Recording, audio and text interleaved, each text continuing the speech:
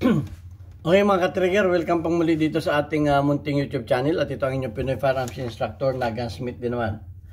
Bago tayo bumati at magpasalamat ay gusto ko lang munang basahin ang katanungan ni JP Lapidario. Sabi niya ay tinatanong niya yung problema ng kanyang pistol na pag kinasa ay nagja-jam.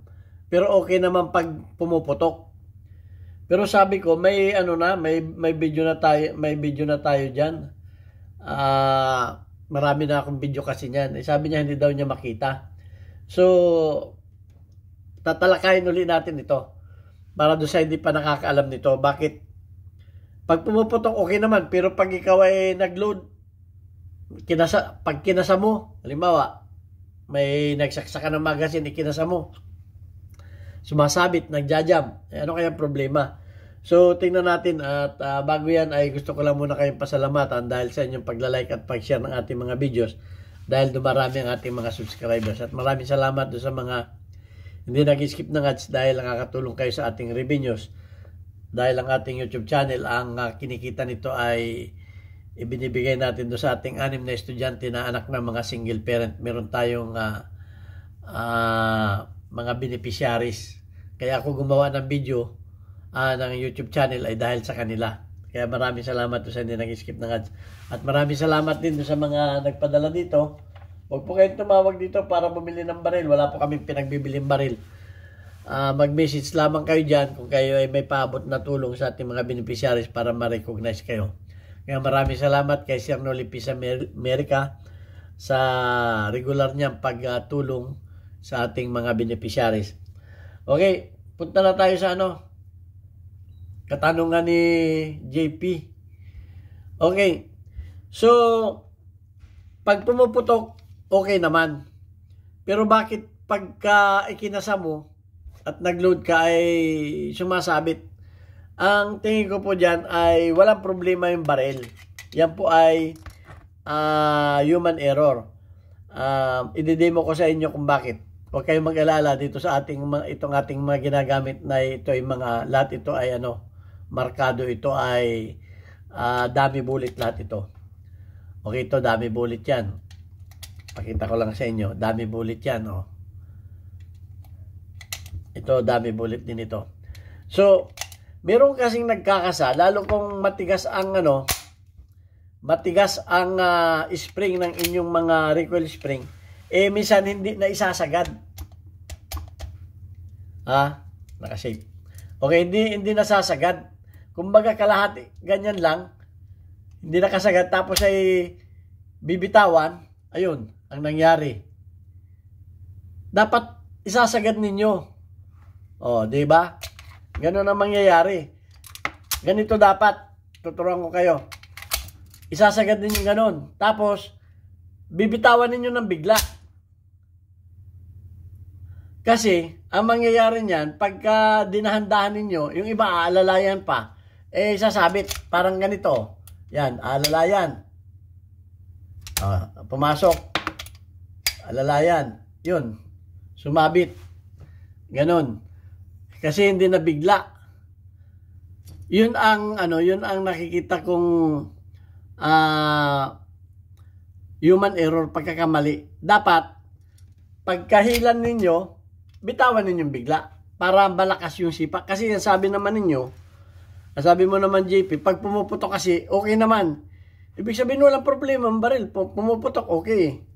So pag kinasa, nagja-jam.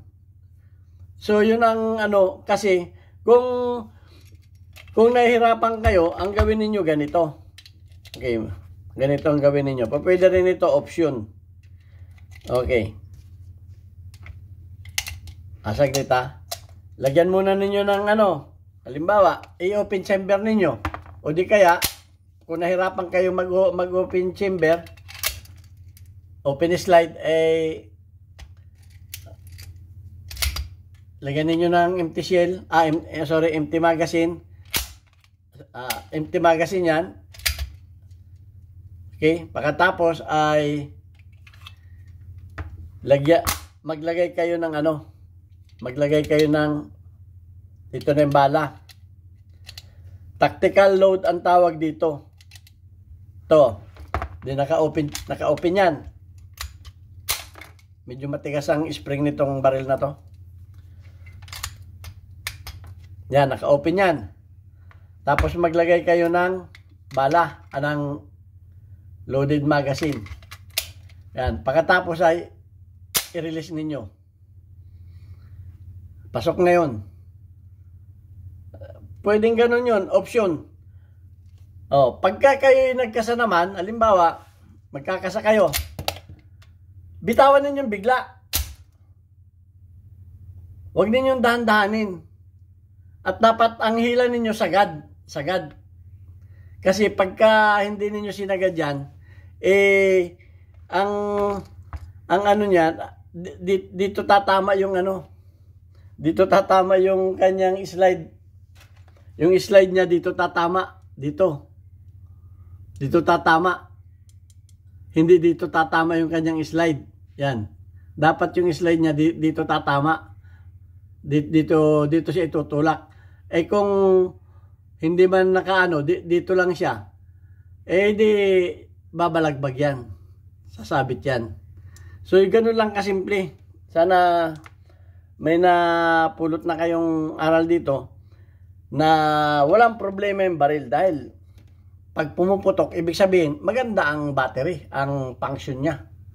Nag-home, nag-recoil ng ayos. Kasi pag sabi mo, pag pumuputok, ayos naman eh. So, ang problema niyan, human error. Okay, so dapat pag inyong inatak yung sagad na sagad. Sagad na sagad na ganun. Huwag yung hanggang dito lang. Ay kung matigas ang spring. Yung iba kasi, matigas ang spring, tapos dito ikakasa sa dulo. O, igaganon. Matigas. O, buti kung yan ay malambot. Yung iba, dito ay ay matigas yung spring. So, hindi nasasagad. Dapat isasagad ninyong ganon. Kung dito man kayo magkasa. Kasi may serration din dito yan eh. So, ayun. Yun lang ang nakikita ko dyan. Ngayon, yun ang nakikita kong pagkakamali ng gun user. Kuminsan. So, para makasigurado, i-open chamber na ninyo. I-open slide na ninyo. Mas maganda yun. Kung hindi ninyo kayang iganon. Okay? Iganon. O, iganyan. Dapat sagad na ganon. Para yung slide niya, ay dito sa likod talaga ng bala pumunta.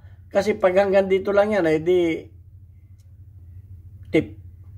Ano yan? Tip up ang mangyayari dyan. Nakatingala na ganun. So, ganun lang. At dapat talaga may puwersa yung spring na itulak yung bala.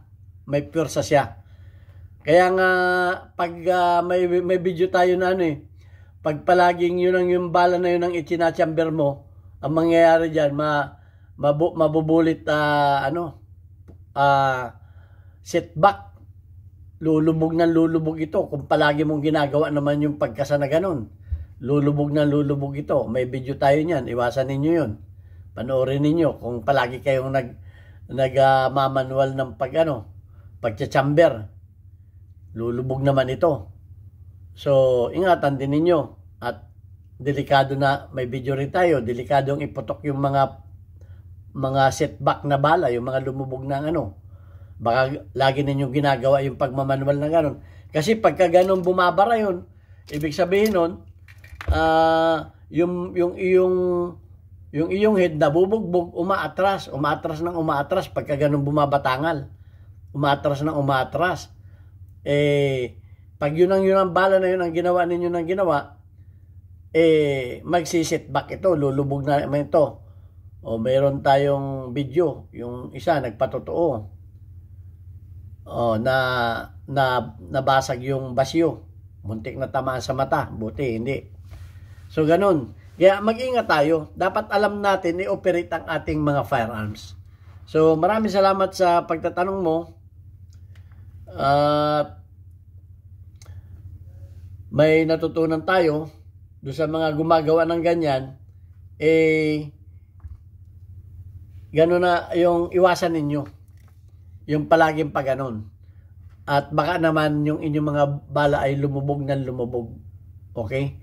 Walang problema, isang bisis, dalawang bisis. Kung palaging gano'n ang nangyayari niyan, at kung napansin niyo na, kasi ang magiging epekto niyan, lulubog itong lulubog itong head ninyo. At pagka gano'n ang napansin niyo na lubog na, huwag na ninyong panginayangan. O gumamit kayo ng bullet puller para bumalik yan sa dati. Para masukat ninyo. O may kumpara ninyo sa bago. Okay, so yan. At maraming salamat do sa inyong katanungan. Sana napulutan ninyo ng kaunting aral. At basahin lang natin yung ating community spotlight. Weekly highlights of your most engaged audience members including your top commenters. Okay, shout out kay Joran De Pilotero, meron kang 47 engagement. Shout out kay Chocolate_Boy, meron kang 34 engagement. Shout out kay Norman Paul, kay Ming77, meron kang 53 engagement. Shout out kay Don Rani, meron kang 16 engagement. Shout out kay Rinaldo Arsenio, meron kang 72 engagement.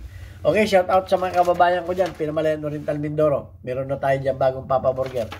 Matatagpuan ninyo sa ating dating Masinsyap, Alvarez Street, Pinamalayan Oriental Mindoro. Buy one take one ang burger dyan. Halagang 40 pesos lang. At marami pang pagkain na kayo masasarap na pwedeng ma-order. Pwede kayo magpa-deliver.